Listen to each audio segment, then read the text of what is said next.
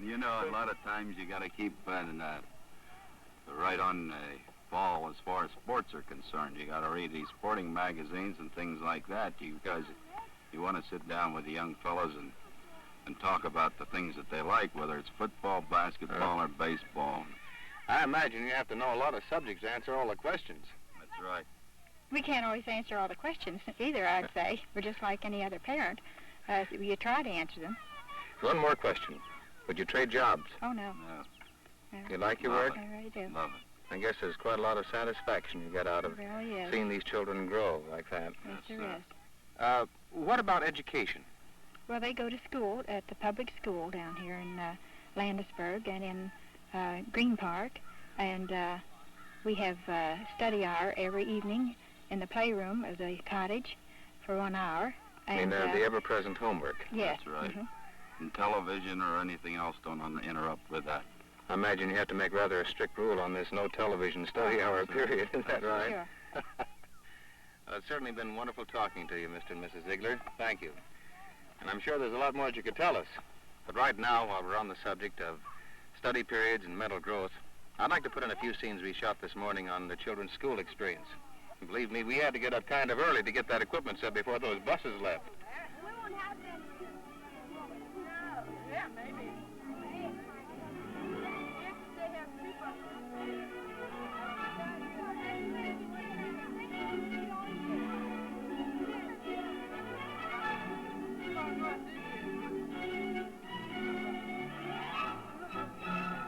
The first busload takes the high school students about 3 miles through the Pennsylvania countryside to the beautiful, modern Green Park Union District High School.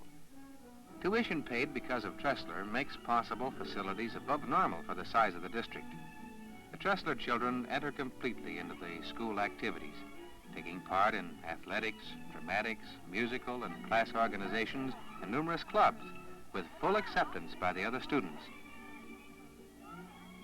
A little later, back at Tressler, the grade school children load up another bus for the trip to the Landisburg School.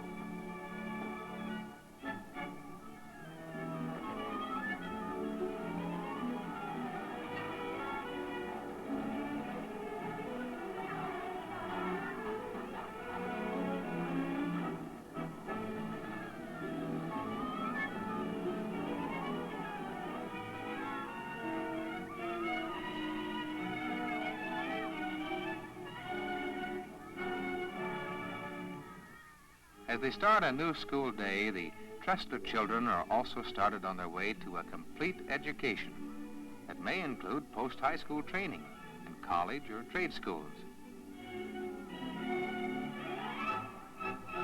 The younger children go to school in nearby Loysville, walking or running or skipping, as the case may be.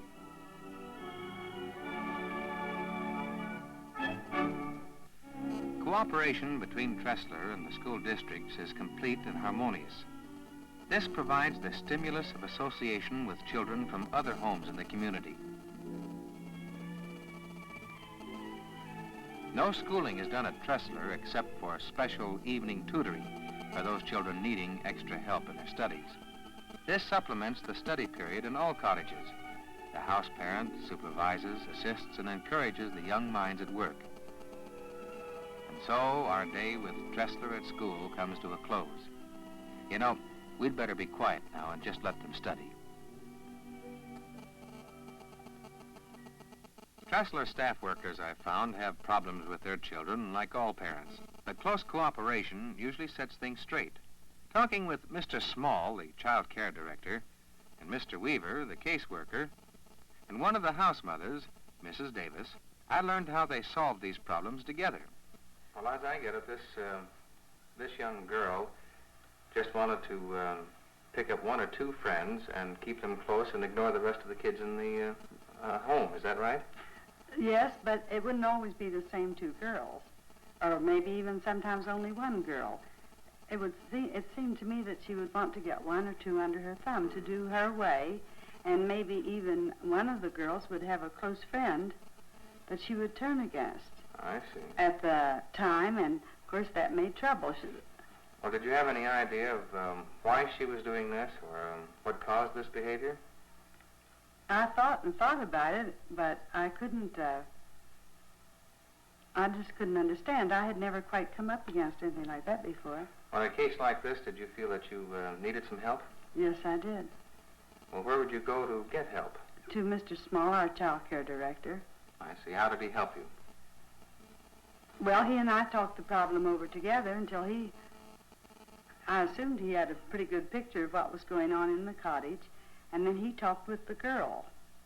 He talked in my presence to the girl, and I thought he explained very nicely to her, and he used words that she would understand, and he explained to her how she should do differently for her own welfare and the welfare of the group, although he didn't tell her it was for their welfare.